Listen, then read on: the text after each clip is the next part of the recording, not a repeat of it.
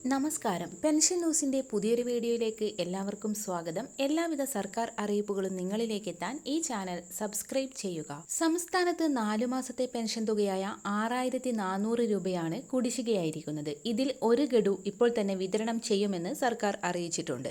ജനുവരിയിലെ തനത് മാസത്തെ പെൻഷനോടൊപ്പം കുടിശ്ശിക പെൻഷനിലെ ഒരു ഗഡുവും കൂടി ചേർത്ത് 3200 രൂപ വിതരണം ചെയ്യുന്നതായിരിക്കും.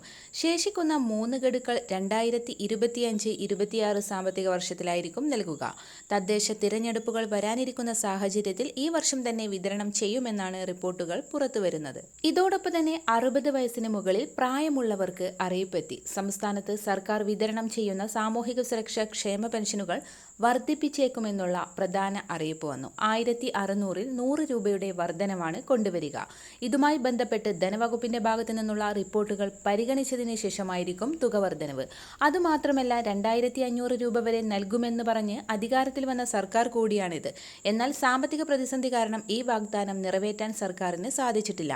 എങ്കിൽ പോലും കൃത്യമായി മുടക്കം കൂടാതെ ആനുകൂല്യങ്ങൾ നൽകുന്നതിന് വേണ്ടിയും ഇപ്പോൾ നൽകുന്ന തുകയിൽ ഒരു ചെറിയ വർധനവ് ഏർപ്പെടുത്തുന്നതിന് വേണ്ടിയും സർക്കാർ ശ്രമിക്കുന്നുണ്ട്.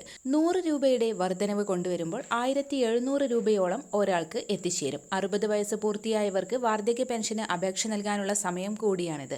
അക്ഷയ സെന്റർ മുഖേന അപേക്ഷ വെക്കാവുന്നതാണ്. സർക്കാരിന്റെ അർഹതാ മാനദണ്ഡങ്ങളിൽ ഉൾപ്പെട്ട എല്ലാവർക്കും അപേക്ഷ വെക്കാവുന്നതാണ്. അപേക്ഷ വെക്കുന്നതിലൂടെ ഈ സഹായം ബാങ്ക് അക്കൗണ്ടുകളിലേക്കും കിടപ്പ് രോഗികളാണെങ്കിൽ കൈകളിലേക്കും എത്തും. അപേക്ഷകൾ സമർപ്പിച്ചാൽ 45 ദിവസത്തിനകം തീരുമാനമുണ്ടാവും. സർക്കാർ നിലവിലെ കുടിശ്ശിക ഉൾപ്പെടെ വിതരണം ചെയ്യുന്നതുമായി ബന്ധപ്പെട്ട് അറിയിപ്പ് നൽകിയിട്ടുണ്ട്. നിർമ്മാണ തൊഴിലാളികൾക്ക് മുടങ്ങിക്കിടക്കുന്ന ആനുകൂല്യവും വൈകാതെ വിതരണം ചെയ്യുന്നതായിരിക്കും.